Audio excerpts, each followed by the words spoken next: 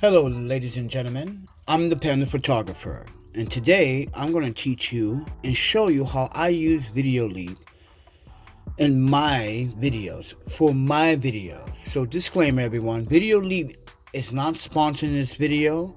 I did not get reached out for sponsorship or a promotion. I'm doing this to add content to my channel and to show you how I use Videoleap on Android. So, second disclaimer, there are differences between iOS and Android. Android has less features, iOS has tons of more features. So it may vary based on your experience, but also, disclaimer, may vary based on your device that you have. This is the S21 Plus, but I'm also using this on the S22 Plus. So both are identical when it comes down to features. So if you do have an S23 or S24 and your experience is much different, let me know down in the comments below. But before we start, please do subscribe, like, and share. What I'm going to share with you, everyone, is my own experience. So take this with a grain of salt. Here's my profile on my projects. Here is the home page. This is where you go get to your projects. But if you want to use transitions, you can use transitions if you choose to. So keep that in mind. But let me first start up with a new project. This is how you're going to start your editing process. So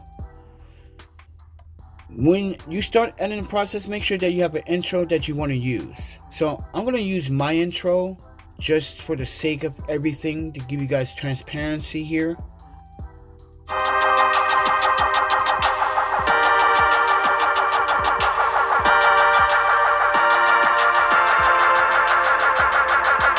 And as you can see, I don't want to really use that song, and I think the transition on my intro is a little bit slow. So what you want to do is, you have all these settings here.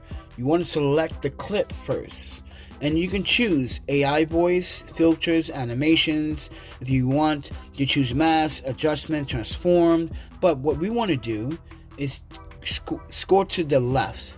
Take the audio, click on the volume, change the volume levels to 0. And then go back. And then what we want to do is speed, duration. We want to increase this to about 11 seconds. So now, if we go back, my intros now speed up with no audio, because let's say I want to add music from Videoleap, which is sponsored by Storyblocks. As you can see, this is all Storyblocks. So recently YouTube has demonetized 2 of my videos that I use Storyblocks audio, and they are not reading my claim correctly. So I'm having a bad experience, so I recommend doing what I do on Videoleap. Do not use any of the Storyblocks audio, and just use the YouTube audio, which you can just upload the video itself to YouTube. Wait till everything processed, then you can go into the YouTube editor and you can add YouTube audio library to the music, and therefore you don't have to deal with any copyright issues. But with that said, you also have sound effects from Storyblocks as well. You also have a voiceover, just in case you don't like the voiceover and you want to redo the voiceover. That is an option for you, so keep that in mind. But let's say now we want to add another clip. We're going to add a clip. And then what clip I want to add is, did I pass it? I think I did. So we're going to add just one clip. This might take time because based on your Android device. Mind you, recently Samsung has been throttling older Galaxy phones, so it may vary based on your experience. Now in the center, everyone, keep this in mind, in the center there is an option for transitions. So you got dissolve, you got that's fade, that's shaken, and the list goes on and on. You can do a zoom if you wanted to. You can do a zoom out if you wanted to. You can actually do a roll if you wanted to. But those are your options. You can choose those options. But when it comes down to text, you have plenty of latitude when it comes down to text. There's so much text here. You can download, you can change text. You can actually Desize that text with 2 fingers, or 1 finger if you wanted to, and place that in the middle.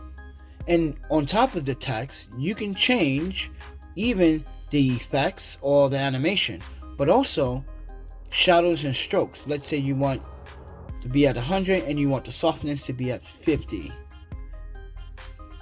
And let's say you want the stroke width to be as thick as possible, and you can change colors. As you can see, you can change these colors on the fly, which is nice. So it's good to have these features and these editing tools. But you also could do spacing. Let's say you want to space your characters. You can do spacing if you want. You can spread it out like that if you want to, or boom. That's up to you. Alignment, you could do alignment. Like I said, that is up to you. So Videoleap does have tons of features that you can use to your own exposure as someone is editing video on YouTube or whatever platform that you're using it on. But make sure that they read your copyright claims when using the audio for these, because you're paying a premium. You're paying $11 a month for these features and for the audio. So it's only fair for YouTube to understand that you're literally sacrificing and putting all of your efforts into editing these videos on your mobile device. So keep that in mind. But if you want to choose a clip for the video itself, you have filters. They're not called lux, they're called filters. So let's say I pick V11. That looks nice. It brings a lot of contrast. You saw the difference, right? You see the difference? Contrast. But let's bring it down to, let's do 50-50. Let's do 50%.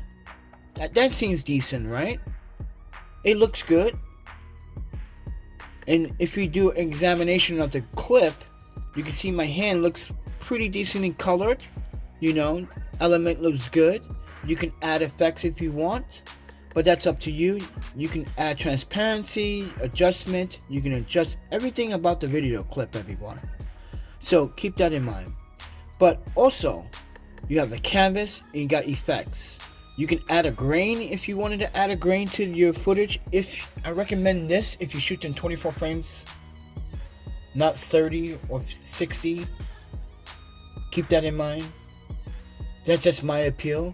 But if you want to remove it, all you have to do is hold down on that effect and then scroll down to the trash bin and delete it. You can do that to everything. If you want to add an image to a timeline, you have to pinch into the timeline first. Locate your image, and this is what the con is about this. That it doesn't really place the image where you left off. So now you gotta look for it, and you gotta pinch into your timeline. Now you gotta play with your timeline, and then now you gotta pinch in your timeline. Make sure you have a duration for this image, and now you want to put it somewhere close. Or if you messed up, you can go back. See, there's a back to undo any of your mistakes. So all you have to do is hold this down, score, and then what you can do is use transitions to either transition fade in or fade out. So if we go back to the timeline. So with that, tell everyone. And keep this in mind. I want to show you that you can also trim the text. By highlighting text, trim, hold down that text, bring it down, delete. And of the element, clean. It does have room for gelatin filters if you are going to be using gelatin filters. So keep that in mind. And let's say you want to crop in.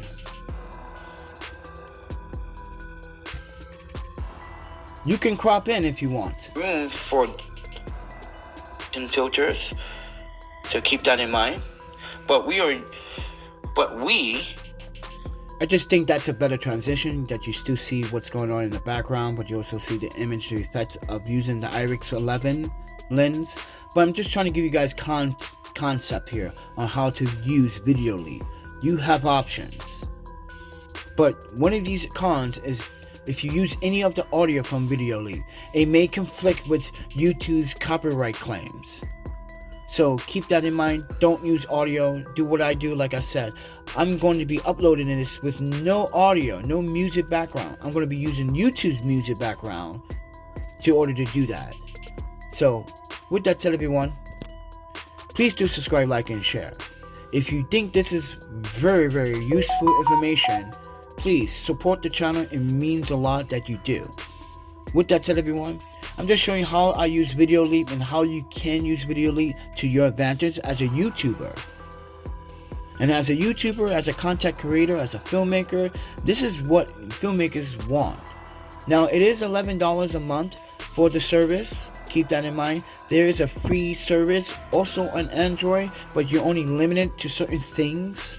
So keep that in mind. But overall, this has been fantastic.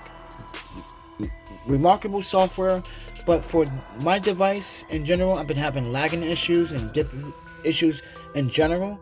It does lag from time to time, so you have to go in and out of the app. And mind you, pinch to zoom is one of these. It's not a problem, but it could be better. But when you want to add an image to the exact timeline, it can be very difficult to go back to the timeline. So remember where you left off in the timeline, so you can go back and place that image or that video clip. Yes, video clips, images, yes, even PNG files, you can actually put it on here. But with that said, everyone, this has been the Panda Photographer experience with using Videoleap, that is sponsored by Videoblocks, and it's mostly used by a lot of creators, Storyblogs. But this is my experience using Videoleap. I hope you guys have a good experience with your session with Videoleap. If you have any other questions that you want to ask